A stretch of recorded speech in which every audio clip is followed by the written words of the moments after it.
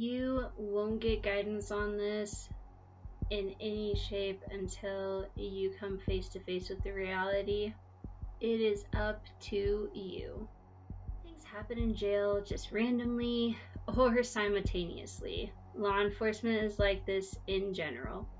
You don't say quiet, slow, or busy. Things happen.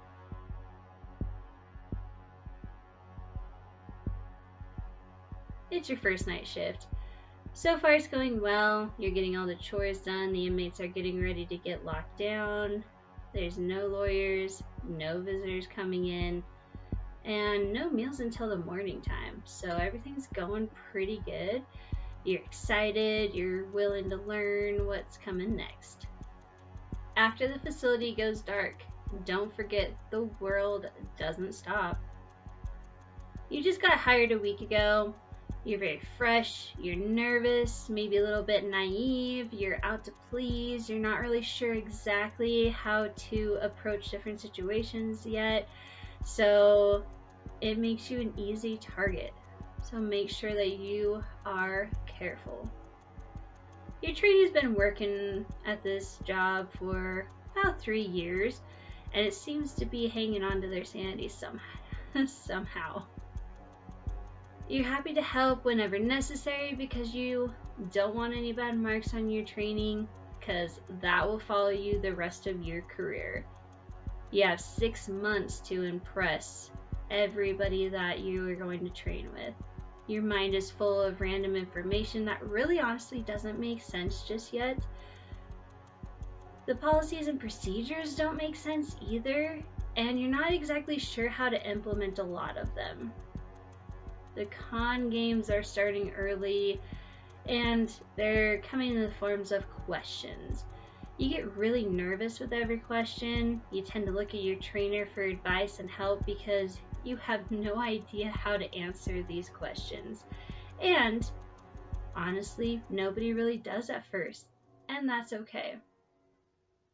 Your uniform and your duty belt, they were just put together quickly by either your lieutenant, staff sergeant, or whoever, and it's really uncomfortable, super heavy. You're not used to wearing a belt, you're not used to wearing a vest if you have one, and unfortunately, you really are at a disadvantage because you don't know where any of your equipment is at this time still. The voice of the control officer comes over the radio that it's time to start a security check of the entire facility. You're like, yeah, I'm gonna get up, move around a little bit, check the facility with my trainer. You're pretty much just shadowing them at this point, and you're watching them use their handheld device to log all of the checks. You observe the inmates watching you in such a deafening silence. Why? Why are they just staring at me? Why aren't they talking to me? What's going on? They're talking to my trainer. They're so lax around my trainer. Why are they not asking me things? After the routine check, something not so routine happens. The control officer comes over the radio and states that a state patrol officer is coming in with a combative male. What is going to happen next? Your mind starts racing. What do I do? What does this mean? Am I going to follow the trainer? Am I going to have to do all of this stuff? So you just react. You just start doing exactly what your trainer's doing. You don on some gloves, you get a bin for the items that are probably in that person's pant pocket or their belt or necklaces, different things like that. You're just kind of getting all that stuff ready. You don't fully understand pat-down searches at this point, so you're not exactly sure how to conduct them properly. You're also not sure if your trainer's going to have you actually do this one, or if maybe they'll just take it for you and you can relax and watch them do it. Before you know it, the Sally Port entrance opens and a patrol vehicle arrives. The door shuts, you walk toward the vehicle along with your trainer. The patrol officer says it hasn't stopped screaming since he left the highway. You know it takes 10 minutes from the highway to here at the jail. That is a long time. Then you hear it, the frantic banging. You hear a deep roaring coming from the vehicle's back seat. You start to get really tense. The goosebumps start. You feel the hair on the back of your neck start to crawl. Oh, man. Finally, you notice the other two deputies are next to you, along with the trainer. Oh my goodness, thank goodness for you guys. You're going to help me out with this. You aren't alone. You can ease just a little bit. At least so you think. Then the deputy leaves the sally port to go get something. You notice them walk away, but you really don't think too much of it at the time. The door to the vehicle opens. You see for the first time a man, red in the face, sweating profusely, still yelling. Your trainer gestures and yells to you to unbuckle him from the seatbelt. You're surprised they even have one on. How did he get one on him? This man is still angry. He's thrashing around. You lean in to go and get that seatbelt undone for him, and he tries to headbutt you, so you push away and get out of there real quick. Whew, that was a close one. You compose yourself because, again, you have to be as professional as you possibly can in these situations, even though you're screaming on the inside on what are you going to do next. So you reach back in, and you think to yourself, why am I doing this job? What could possibly entice me to stay here? You help the man out of the vehicle. You're holding on to his left arm. He seems like he might be calming down, so you take a little bit of a breath for just a moment. Then you notice that he looks at you through his periphery. The man's teeth clench. Your blood runs cold for just a second. All of a sudden, you're stumbling in the sally port as he shoves you away and screams not to touch him. He almost headbutts you.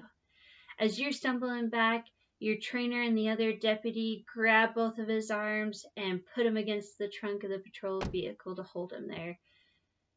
You take a second because you still are surprised at what happened. The patrol officer leaps out of the front seat to help.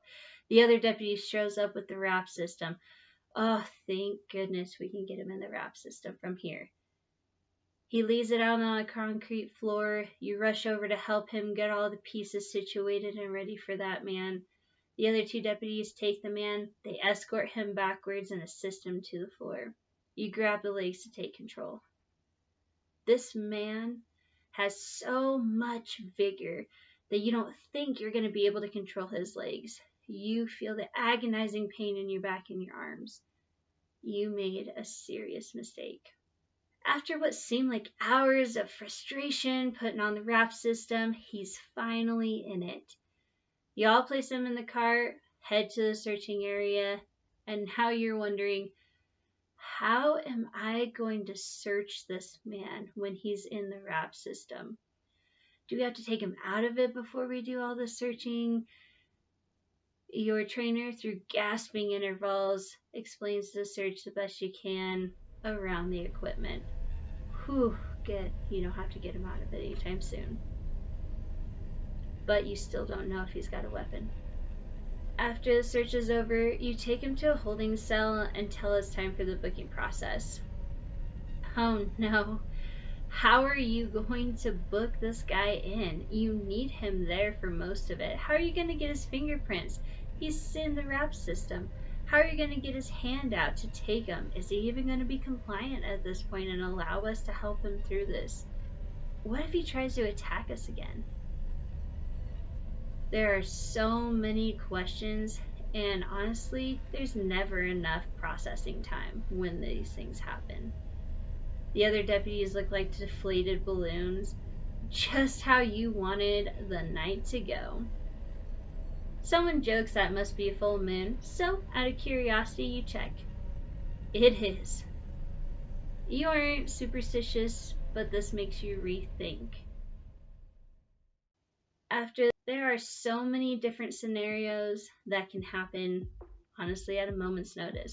This job isn't for everyone, and you really start to learn why people don't stay in the profession for very long. It's very intense, long hours, really honestly not a lot of stress relief that you can get. Also, the turnover rate is so high. And unfortunately, when somebody reaches about 3 years, you honestly become a crusty old soul at that point, which is very unfortunate, but that's kind of how it goes. If you would like to share your story with me, definitely email me. My email is down in the description below. Like and share this video, really honestly, for more content. Again, I don't have a ton of stories, but I'm willing to read yours for you, so let me know if you'd like that. And especially for anybody that's in jail, probation, corrections, anything like that, or law enforcement if you're out on the road. I unfortunately am not on the road, and I won't be just because of how life has been going for me, but my husband is, so I might have some interesting stories through him, and I'm sure I will as time goes on. But if you would like to share your story, please do so. I'd love to read it. And also, I'm going to be reading Reddit stories too, so if you have anything that has been on Reddit before and you think that that's awesome or something you want to share off of there, definitely let me know too. Email it to me, and I'd love to do that. So don't forget to like and subscribe for more content, and I'm excited. I hope y'all have a wonderful rest of your day.